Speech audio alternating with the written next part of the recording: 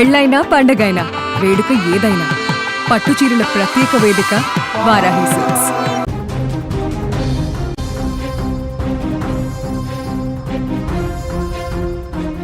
హైదరాబాద్లో నయా దందా ఒక్కసారిగా బయటపడింది. వేది కుక్కల నుంచి రక్తాన్ని సేకరించి వాటిని స్మగ్లింగ్ చేస్తున్నాడు ఓ ప్రభుత్వ వెటర్నరీ డాక్టర్. సో అలా సేకరించినటువంటి రక్తాన్ని ఎవరైతే పెట్ డాగ్స్ ఉన్నాయో, ఎవరికైతే పెంపుడు జంతువుల్ని పెంచుకుంటున్నారో, పెంపుడు కుక్కల్ని పెంచుకుంటున్నారో వాళ్ళకి ₹1000 అమ్ముతున్నాడు. ఇలా ఒక్కొక్క బ్లడ్ యూనిట్ ప్యాకెట్ని 25,000 నుంచి 30,000 ఒక ప్రభుత్వ హాస్పిటల్కి సంబంధించినటువంటి వెటర్నరీ డాక్టర్ గత 5 ఏళ్ల నుంచి నిర్విరామంగా ఈ దందాన్ని కొనసాగిస్తున్నాడు. వీధి కుక్కలని వాటిని మచ్చిక చేసుకోవడం, ఆ తర్వాత కుక్కల్ని మత్తుమంది ఇచ్చిన తర్వాత వాటి నుంచి అక్రమంగా రక్తాన్ని సేకరించి, ఇలా సేకరించిన రక్తాన్ని బయట అమ్ముకుంటున్నాడు ఓ ప్రబుద్ధుడు. ఈ వ్యవహారం ఒక్కసారిగా హాస్పిటల్లో ఉన్నటువంటి అక్కడ అసిస్టెంట్గా పనిచేస్తున్నటువంటి వెటర్నరీ అసిస్టెంట్ శివాతో ఒక్కసారిగా ఈ వ్యవహారం బయటపడింది. డాక్టర్ చేస్తున్నటువంటి ఈ దందా గురించి ప్రశ్నించడం, డాక్టర్ విషయాన్నంతా కూడా ఉన్నతాధికారులకు అలాగే ఢిల్లీలో ఉన్నటువంటి బ్లూ క్రాస్ మెంబర్లకు ఫిర్యాదు చేయడంతో ఈ మొత్తం స్కామ్ ఒక్కసారిగా బయటపడింది. ఎస్, ప్రస్తుతం మనతో పాటు లైవ్ కాల్లో ఉన్నారు. అసలు ఈ వ్యవహారాన్ని బయటకు తీసినటువంటి వెటర్నరీ అసిస్టెంట్ శివ లైవ్ కాల్లో ఉన్నారు. శివ, చెప్పండి, అసలు ఏంటి ఈ దందా, ఎలా జరుగుతోంది, ఎప్పటి నుంచి జరుగుతోంది? ఆ వెటర్నరీ డాక్టర్గా ఉన్నటువంటి వెంకట్ యాదవ్ అసలు ఇలాంటి ఆలోచన అతనికి ఎందుకు వచ్చింది? వీటిని ఎలా అమ్ముతున్నాడు? సార్, ఈ దందాన ఈ ప్రజెంట్ ఏదైతే బ్లడ్ తీస్తున్నారో దాన్ని క్లినిక్ లో పక్క దాంట్లో అయినా పెట్ స్టోర్ పైన ఇంకొక ఫ్లోర్ ఉంటుంది. ఆ ఫ్లోర్ లో ఎవరికి తెలియకుండా కాకుండా తీస్తారు. సో దీంట్లో ఏదైతే తీసిన బ్లడ్ ని కూడా బ్లడ్ బ్యాంక్ లో అనేది దాచిపెట్టడం జరుగుతుంది. వీధి కుక్కల్ని ఎలా పట్టుకుంటాడు? వాటిని ఎలా తీసుకొస్తారంటే ఎవరన్నా ట్రీట్మెంట్ కోసం తీసుకొచ్చిన వీధి కుక్కల నుంచి ఆ రక్తాన్ని సేకరిస్తాడా, లేదంటే బయట తిరుగుతున్న వీధి కుక్కల్ని పట్టుకొని ఈ విధంగా వాటికి మత్తిచ్చి చేస్తున్నాడా? బయట అర్ధరాత్రి సమయంలో బయట కనిపిస్తున్న డాగ్స్ కి చికెన్ ఇచ్చి ఇంకా మచ్చిక చేసుకొని వాటిని ఎవరికి తెలియకుండా తీసుకొని వచ్చి ఆ లోపల బంధించి, సో దానికి ఫాస్టింగ్ లో పెట్టి నెక్స్ట్ డే నుంచి వెళ్ళి బ్లడ్ తీస్తాం అన్నమాట. అంటే వాటికి ఆహారం ఏం పెట్టకుండా ఒక రోజు ఉంచి పక్క రోజు బ్లడ్ తీస్తారా? అవును సార్, అట్లీస్ట్ 8 అవర్స్ అనేది గ్యాప్ ఇచ్చి దాని తర్వాతకి బ్లడ్ తీయడం జరుగుతుంది. ఓకే, అలా సేకరించిన ఆ బ్లడ్ని ఎక్కడ దాచిపెడతాడు? రిఫ్రిజిరేటర్ లో సార్, బ్లడ్ బ్యాంక్ సంబంధించిన రిఫ్రిజిరేటర్ ఏదైతే ఉంటుందో ఆ రిఫ్రిజిరేటర్ లో దాచిపెట్టడం జరుగుతుంది, నిల్వ చేయడం జరుగుతుంది. అంటే ఇప్పుడు ఈ రిఫ్రిజిరేటర్ ఇది గవర్నమెంట్ హాస్పిటల్లో ఉన్నటువంటి ల్యాబ్లో ఉన్న దాంట్లోనే పెడుతున్నాడు, ఎవరికి అనుమానం రాకుండా? సార్, ఈ రిఫ్రిజిరేటర్ కూడా బోర్డింగ్ పేరుట ఏదైతే ఉంటుందో ఆ బోర్డింగ్ లోనే ఉంటుంది సార్, సపరేట్. ఓకే, అలా ఎంత మోతాదులో రక్తాన్ని సేకరిస్తాడు? ఇప్పుడు ఆ వీధి కుక్కల్ని బంధించి వాటిని మచ్చిక చేసుకొని వాటిని చికెన్ లేదా వేరే ఫుడ్ పెట్టి తీసుకొచ్చి హాస్పిటల్కి వచ్చిన తర్వాత ఎంత రక్తాన్ని ఒక్కొక్క కుక్క నుంచి సేకరిస్తున్నాడు? అరౌండ్ 300 ml నుంచి వెళ్ళి 600 ml వరకు ఆ బ్లడ్ అనేది తీసుకోవడం జరుగుతుంది సార్. అలా సేకరించిన తర్వాత ఓకే, అలా అలా కలెక్ట్ చేసిన తర్వాత వాటిని వదిలేస్తాడా? ఆ కుక్కల్ని వదిలేస్తాడా? సార్, ఆ డాగ్ ని అప్పుడే వదిలేయం సార్. అట్లీస్ట్ ఆ పెట్ నుంచి వెళ్ళి మనకి 1 లీటర్ నుంచి వెళ్ళి 2 లీటర్స్ వరకు బ్లడ్ ఏదైతే ఉంటుందో, సో అక్కడ నుంచి వెళ్ళి వచ్చేంత వరకు నీడున్నంత వరకు ఆ బ్లడ్ తీసుకోవడం జరుగుతుంది. దాని తర్వాతనే ఆ బ్లడ్ అయిపోయిన తర్వాతనే మొత్తం బ్లడ్ తీసుకున్న తర్వాతకి ఆ పెట్ ని తర్వాత 1 వీక్ కావచ్చు, ఒక నెల రోజులకు కావచ్చు, దాని తర్వాత వదిలేస్తారు అన్నమాట. నెల రోజుల్లో ఆ కుక్కల్ని ఎక్కడ ఉంచుతారు మరి? బోర్డింగ్ లోనే ఫుడ్ ఇస్తూ ఉంచుతాం సార్. అంటే ఒక్కొక్క కుక్క దగ్గర నుంచి దాదాపు 2 లీటర్ల రక్తాన్ని సేకరిస్తారా? అవును సార్. సో ఎట్ ఏ టైంలో ఒకేసారి 300 ml నుంచి 600 ml వరకు ఒక్కసారికి తీసుకోవడం జరుగుతుంది సార్. మామూలుగా రూల్స్ ప్రకారం అయితే ఎలా తీయాలి జనరల్గా? ఇప్పుడు ఒక కుక్కని మీ హాస్పిటల్కి తీసుకొస్తే వాటి నుంచి బ్లడ్ తీసి ఇంకో కుక్కకి ఎక్కించాలంటే సో ఎంత మోతాదులో తీస్తారు? ఎంత ఎంఎల్ ఒకసారిగా తీస్తారు నిబంధనల ప్రకారం? సో పేషెంట్ ఓనర్ని అంటే ఓనర్ సముదాయంలో ఓనర్ సమక్షంలో సో ఒక 300 ml వరకు 350 ml వరకు తీయొచ్చు ఒక సమయంలో ఒక ట్రాన్స్ఫ్యూజన్కి. ఓకే, కానీ ఇతను ఏం చేశాడంటే 300 ml కాకుండా ఒకేసారి హాఫ్ లీటరు 600 ml వరకు కూడా తీసేవాడు. అవును సార్. అలా దాదాపు ఎన్ని రోజులకు ఒకసారి తీసేవాడు? ఒక్కొక్క కుక్క నుంచి ఎన్ని రోజులకు ఒకసారి రక్తాన్ని సేకరించేవాడు? సార్ నీడ్ ఉంటే ఒక రోజులో ఒక 10 బ్యాగులు నీడ్ ఉందంటే గూడంగా సో, ఆ రోజు దగ్గర దగ్గర ఒక 5 కుక్కల నుంచి గూడంగా బ్లడ్ తీసే ప్రయత్నం జరిగేది సార్. అమ్మేవాడండి ఈ బ్లడ్‌ని యూనిట్స్‌ని ఎంతకు అమ్మేవాడు? ఈ ప్యాకెట్స్‌ని? So, 300 ml each 300 ml packet వచ్చేసి 18,000 నుంచి 25,000 వరకు సేల్ చేసేవారు సార్. 300 ml రక్తాన్ని 18,000 నుంచి 25,000 చార్జ్ చేసేవాడా? అవును సార్. మనుషుల రక్తాన్ని కూడా అంత చార్జ్ చేయరు కదండీ! ఇది చాలా విలువైంది గదా సార్. ఎక్కడ హైదరాబాద్‌లో ఎక్కడ దొరకదు. ఎవరి దగ్గర అవైలబిలిటీ ఉండదు ఎమర్జెన్సీలో. పెట్ ఓనర్‌కి గావాల్సింది మా పెట్ బతకాలి. మా ఇంట్లో ఉన్న తమ్ముడు, చెల్లి ఈ కుక్కలో చూసుకుంటారు కాబట్టి, మా తమ్ముడు బతకాలి, మా చెల్లి బ్రతకాలనే ఒక ఆలోచనతోటి సరే డబ్బులు ఎంతైనా ఖర్చు గాని సో, నా పెట్ బ్రతకాలనే ఒక ఉద్దేశంతోటి వాళ్ళు ఎంత డబ్బు అయినా పే చేసేస్తున్నారు. ఓకే. జనరల్‌గా మామూలుగా ఇప్పుడు ఒకవేళ మీరన్నట్టుగా ఒక పెట్ ఇంట్లో పెంచుకుంటున్నటువంటి పెంపుడు కుక్కకి ఏదైనా అనారోగ్య సమస్య వస్తే వాటికి బ్లడ్ ఎక్కించాల్సి ఉంటే జనరల్‌గా ఎక్కడ వాటికి ప్రభుత్వ హాస్పిటల్‌లోనో బ్లడ్ బ్యాంక్ లాంటివి ఏమి ఉండవా జనరల్‌గా? హైదరాబాద్‌లో ఎక్కడ లేవు సార్. పెట్‌కి సంబంధించిన బ్లడ్ బ్యాంక్స్ అనేవి ఎక్కడ లేవు. హ్మ్. ఇన్ కేస్ ఒకవేళ నీడ్ ఉంటే సో, ఫ్రెండ్ సర్కిల్‌లో అట్లా వెతుక్కొని ఆ బ్లడ్ ఏదైతే ఉందో ఆ ఎమర్జెన్సీలో ఎక్కించుకోవడమే జరుగుతుంది. ఓకే. వీటికి గూడా మనుషుల్లాగే బ్లడ్ గ్రూప్స్ ఏ బ్లడ్ గ్రూప్‌కి సంబంధించినటువంటి డాగ్ నుంచి అదే ఆ గ్రూప్‌కి సంబంధించిన డాగ్ నుంచి సేకరించి వాటికి ఇవ్వాల్సి ఉంటుందా? వీటికంటూ సెపరేట్ గ్రూప్స్ గూడా ఉంటాయి సార్. సో, ఈ గ్రూప్స్ ప్రకారమే ఏదైతే మనం బ్లడ్ ఎక్కిస్తున్నామో ఆ పేషెంట్ యొక్క బ్లడ్ గ్రూప్ ప్లస్ బ్లడ్ ఏదైతే ఎక్కిస్తున్నామో ఆ పేషెంట్ యొక్క బ్లడ్ గ్రూప్ ఇద్దరి బ్లడ్ గ్రూప్స్ మ్యాచ్ అయితేనే బ్లడ్ ఎక్కియాలి. కానీ ఇక్కడ అటువంటి బ్లడ్ గ్రూప్స్ మ్యాచింగ్ అనేది ఏముండదు. ఓన్లీ క్రాస్ మ్యాచింగ్ ఒకటే చేస్తారు. ఓకే. అంటే ఈ బ్లడ్ గ్రూపింగ్ చేయకుండానే క్రాస్ మ్యాచింగ్ చేసి అంటే దీనికి ఎక్కించొచ్చా లేదా అనేది ఒక్కటి మాత్రమే బేసికల్‌గా చేస్తారు. ఆ తర్వాత యాజ్ ఇట్ ఈస్‌గా బ్లడ్‌ని వాటికి ట్రాన్స్‌ఫర్ చేసేస్తారు. అంతేనా? అవును సార్. సో, ఇప్పుడు ఇలా ఎంత కాలం నుంచి జరుగుతుంది? సార్ నేను 2025 జనవరిలో అక్కడ జాయిన్ అయ్యాను. సో, నేనెళ్ళినప్పుడు స్టార్టింగ్ నుంచెళ్ళైతే నేను చూస్తున్నాను. నాకంటే ముందు నేనెళ్ళేసరికి అక్కడ బ్లడ్ బ్యాంక్ ఉంది. బ్లడ్ తీయడము, స్ట్రీట్ డాగ్స్ అక్కడ నిల్వ పెట్టుకోవడము, డైలీ ఫుడ్ ఇయ్యడము ఇట్లాంటిది చాలా ఉంది. సో, నేనొక వ అక్కడ తప్పదు అన్న పరిస్థితి నుంచెళ్ళి లాస్ట్ నేనొక 9 మంత్స్ నుంచెళ్ళి అక్కడెళ్ళిన 3 మంత్స్ తర్వాత నుంచెళ్ళి సరే ఇది తప్పు నేను చేయలేను నా వల్ల గాదు అని చెప్పినా గానీ డబ్బులొచ్చే పని జేయండి. పనికిమాలిన పని చెప్పకండి, సోది చెప్పకండి అని జెప్పేసి మమ్మల్ని బెదిరించి మాతోటి పనులు జేపిచ్చిండు. మేము మాకున్న పరిస్థితులకి, మాకున్న పేదరికానికి మేము ఆ పనులు చేయక తప్పలేదు. తప్పని పరిస్థితిలో మేము ఆ పనులు చేయాల్సి వచ్చింది. ఇలా ఎంతమంది చేసేవాళ్ళండి? ఇప్పుడు మీరు ఆపరేషన్ థియేటర్‌లో మీరు అసిస్టెంట్‌గా ఉండేవాళ్ళా ఆ డాక్టర్‌కి? అవును సార్. ఆపరేషన్ థియేటర్‌లో అసిస్టెంట్ గాను, ఎమర్జెన్సీ కేర్‌లో ఎమర్జెన్సీ గాను జూసేటోడిని. ఓకే. అలా రోజు ఎన్ని కుక్కల్ని తీసుకొచ్చి ఈ విధంగా బ్లడ్ తీసుకెళ్ళేవాళ్ళు? సుమారుగా ఈ దందా అంతా గూడా రోజుకి ఎంత మొత్తంలో జరిగేది? సార్ రోజు అంటే ఏం జరగకపోయేది. అట్‌లీస్ట్ ఒక మంత్‌లో వచ్చేసి క్లినిక్‌లో 5-10 ట్రాన్స్‌ఫ్యూషన్స్ జరిగేవి సార్. బయట హైదరాబాద్‌లో ఉన్న ప్రైవేట్ హాస్పిటల్స్ గావచ్చు, ఇంకెవరికైనా బ్లడ్ నీడ్ ఉంది, మా పెట్ బాలేదనుకున్న వాళ్ళు గూడంగా కాల్ జేసి సంప్రదించేవాళ్ళు. కాల్ జేసి సంప్రదించిన తర్వాతకి వాళ్ళకి ఏదైతే బ్లడ్ నీడ్ ఉందో ఆ ప్యాకెట్‌ని వాళ్ళకి ర్యాపిడో గానీ, ఊబర్ ద్వారా గానీ వాళ్ళకి పంపించేవారు. ఓకే. అలా సేకరించిన బ్లడ్ రిఫ్రిజిరేటర్‌లో పెడితే అది ఎన్ని రోజుల వరకు నిల్వ ఉంటుందది? ఒక 20 రోజుల వరకి నిల్వ ఉంటుంది సార్. ఓకే. 20 రోజుల వరకు.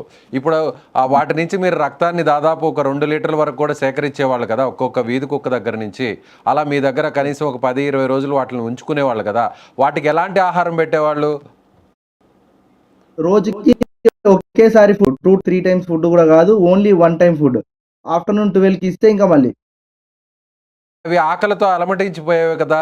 ఒక్కొక్కసారి మీరు హాఫ్ లీటర్ వరకు బ్లడ్ సేకరిస్తుంటే, మీరు రోజుకి ఒక్క పూట మాత్రమే ఆహారం పెడితే, అవి తిరిగి ఎలా ఆరోగ్యంగా మళ్ళీ కోలుకోగలవు?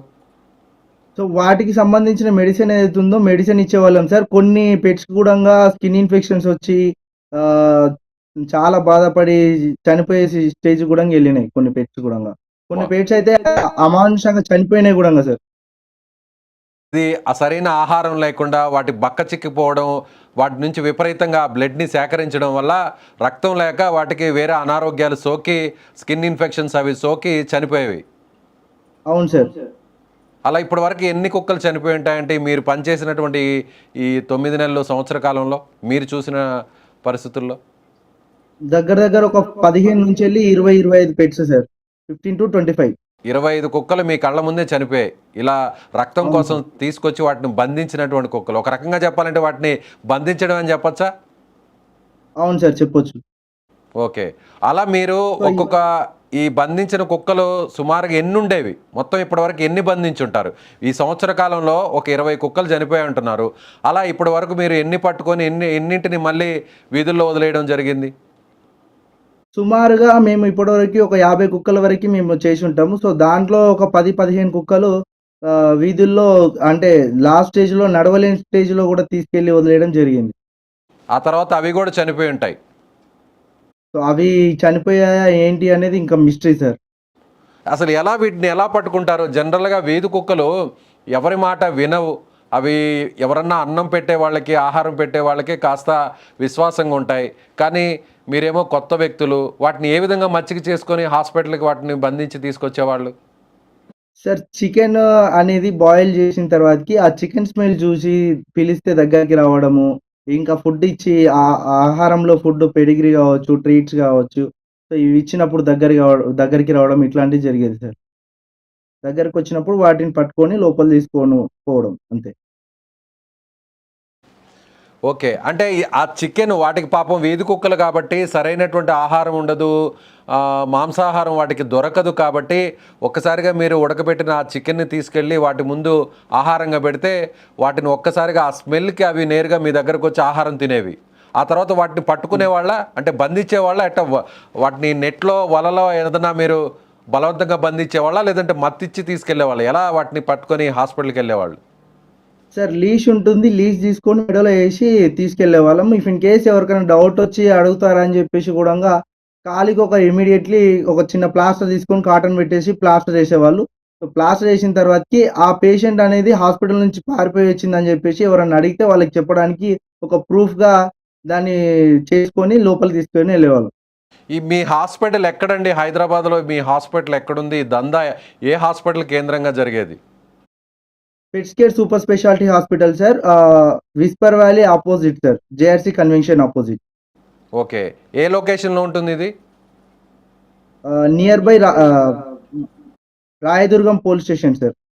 రాయదుర్గం పోలీస్ స్టేషన్‌లో దగ్గరలో ఉండేటువంటి గవర్నమెంట్ వెటర్నరీ హాస్పిటల్‌లో ఇదంతా జరుగుతోంది. సో, ఏ వెటర్నరీ సమయంలో మీరు ఈ ప్రైవేట్ సార్.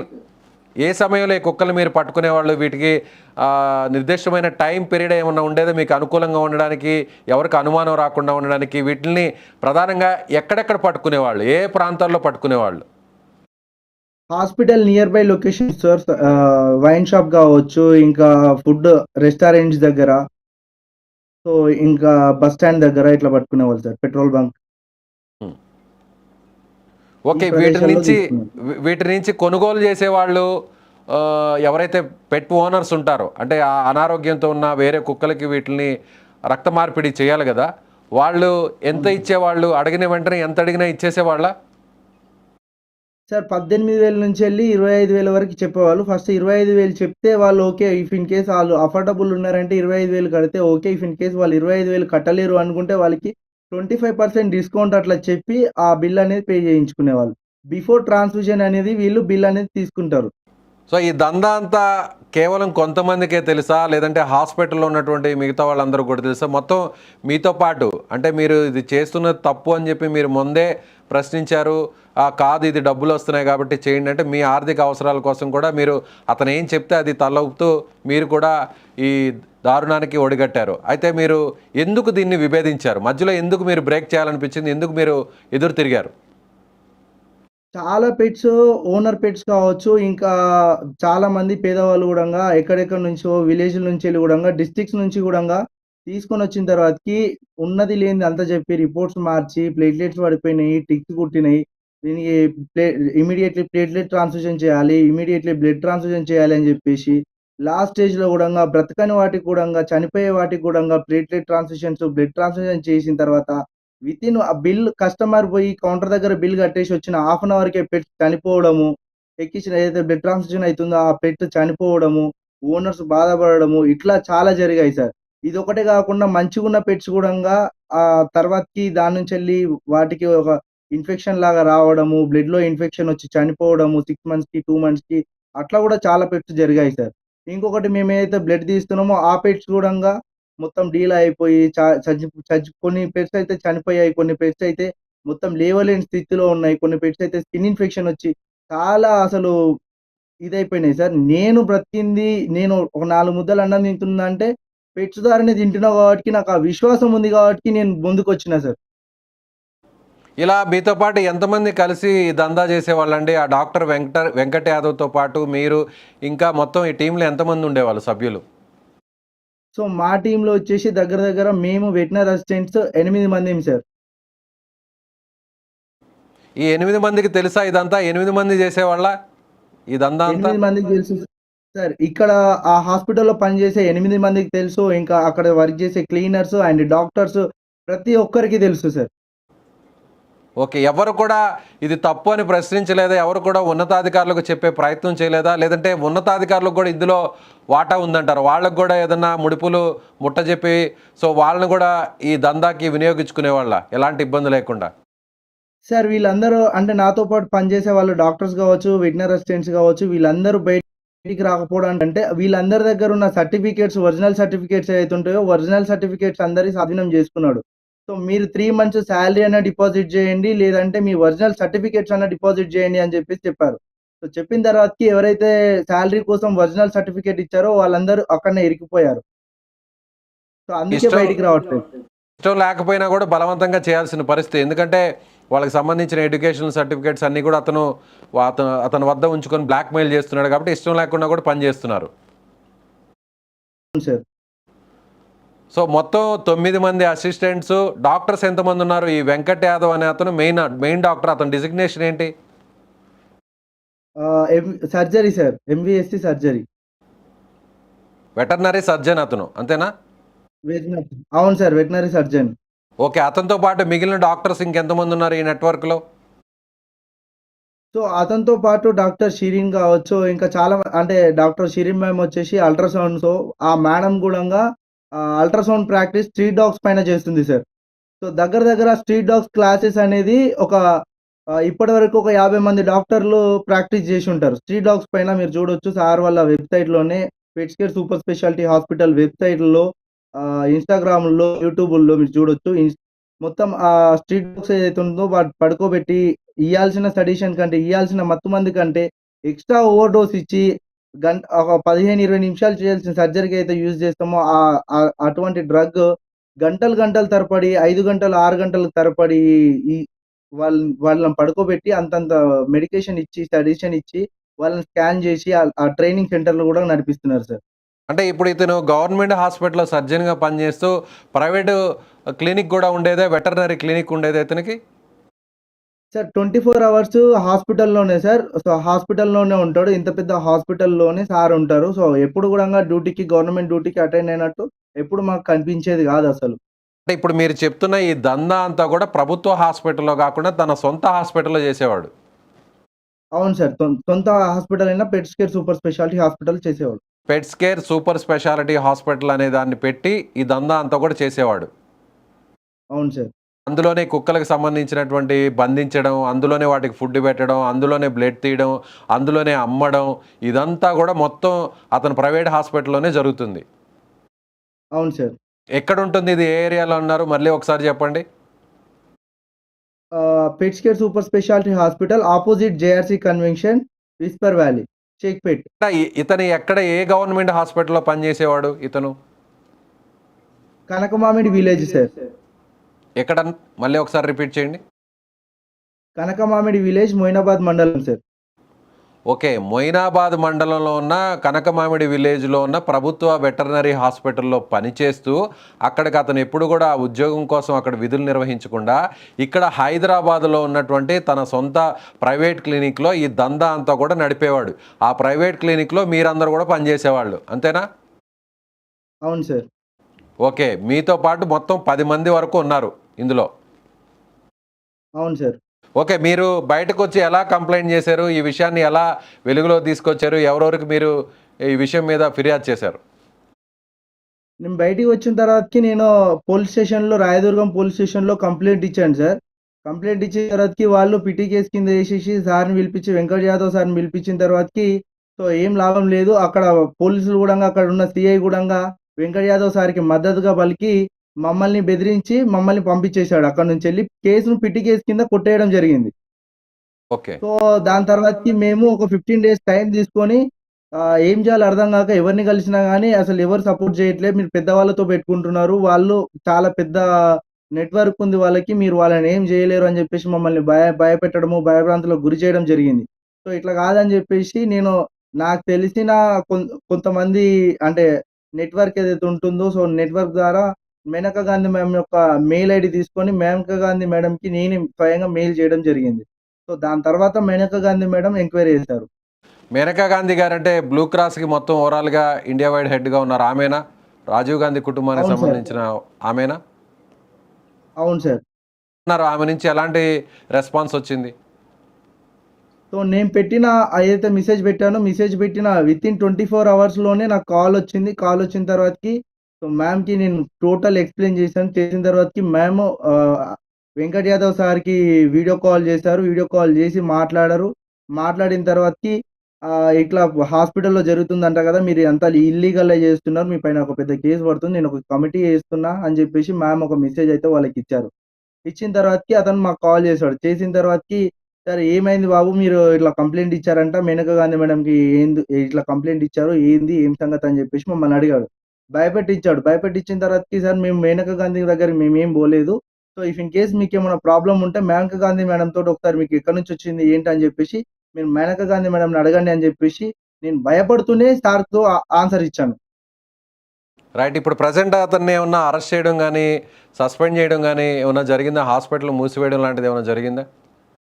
ఇప్పటివరకి ఏం జరగలేదు సార్. ఇప్పుడు నేనైతే వేరే దగ్గర ఎక్కడైతే జాబ్ చేస్తున్నా అక్కడ గూడంగా నాకు జాబ్ పైన ప్రెషర్స్ ఉన్నాయి. ప్రెజెంట్ గూడంగా.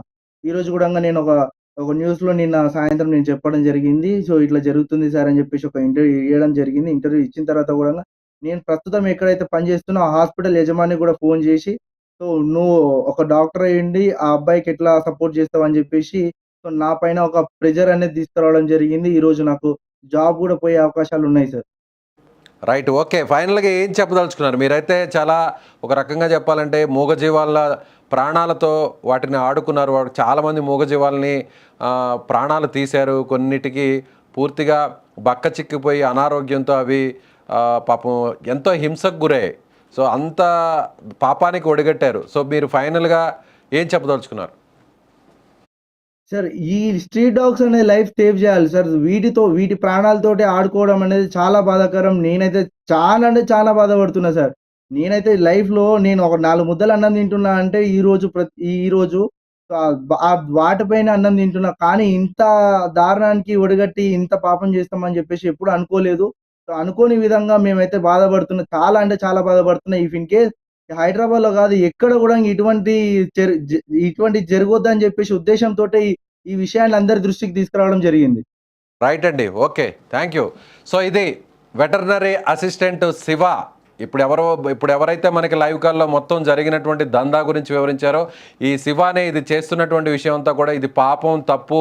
సో, నేను బతకడానికి ప్రధానంగా ఈ ఉద్యోగం రావడానికి ఇలాంటి మూగజీవాలకి వైద్యం చేయడం వల్లే నేను ఈ ఉద్యోగం చేసి నేను నా పొట్ట గడుపుకుంటున్నాను. పొట్టకూటి కోసం తెలుసో తెలియక చేసినటువంటి ఇలాంటి తప్పుడు పనులు ఇక చేయకూడదు అనేటువంటి ఉద్దేశంతోనే జరుగుతున్నటువంటి ఈ దందా, ఈ డాగ్ బ్లడ్ మాఫియా గురించి ఒక్కసారి ఇతను వెలుగులో తీసుకురావడం జరిగింది. ఢిల్లీలో ఉన్న మేనకా గాంధీ బ్లూ క్రాస్కి సంబంధించినటువంటి నిర్వాహకురాలు మెయిన్ పొజిషన్లో ఉన్నటువంటి మేనకా గాంధీకి కంప్లైంట్ చేయడం, ఆ తర్వాత నుంచి అంతా కూడా ఈ వ్యవహారం ఒక్కసారిగా బయటకు వచ్చింది. చూశారు కదా, వీధి కుక్కల్ని బలవంతంగా వాటికి మాంసపు ఆహారాన్ని ఆశగా చూపి వాటిని బంధించి అక్కడి నుంచి తీసుకొచ్చి ప్రైవేట్ క్లినిక్లో పెట్టుకొని ఒక్కొక్కసారిగా 2 లీటర్ల ఇలా రక్తాన్ని సేకరించి ఆ తర్వాత వాటిని చంపేంత వరకు, వాటిని చచ్చిపోయేంత వరకు కూడా వాటి నుండి ఈ విధంగా రక్తాన్ని సేకరించి ఆ తర్వాత ఆ కుక్కల్ని నిజంగా ప్రాణాలు తీస్తున్నటువంటి ఒక నయా దందా బయటకు వచ్చింది. సో ఇలా బ్లడ్ని, రక్తాన్ని సేకరించి స్మగ్లింగ్ చేస్తూ ఇలా అమ్ముకుంటున్నటువంటి ఒక ప్రబుద్ధుడి వ్యవహారాన్ని, అలాగే ఆ ప్రైవేట్ హాస్పిటల్కి సంబంధించిన వ్యవహారాన్ని బయట పెట్టినటువంటి ఉదంతం ఇది. సో మీకేమనిపిస్తుంది? ఇంత దారుణం. మూగజీవాలని ఎంతోమంది ప్రేమిస్తుంటారు, మూగజీవాలని ఎంతోమంది పెంచుకుంటుంటారు. ఎంతోమంది వీధిన పోతున్నటువంటి కుక్కల్ని చూస్తే వాటికి కాస్తో కోస్తో ఆహారాన్ని పెట్టి కాస్త మనం మానవత్వాన్ని చాటుకునేటువంటి ప్రయత్నం చేస్తాం. కానీ ఇలా డబ్బు కోసం కోట్ల రూపాయలు, లక్షల రూపాయలు ఆర్జించడం కోసం ఇలా అక్రమంగా మూగజీవాలని ప్రాణాలు తీయడం, వాటి నుంచి బలవంతంగా రక్తాన్ని సేకరించి వాటిని అమ్ముకునేటువంటి ఇలాంటి ప్రబుద్ధుల్ని ఏం చేయాలి? కామెంట్ చేయండి.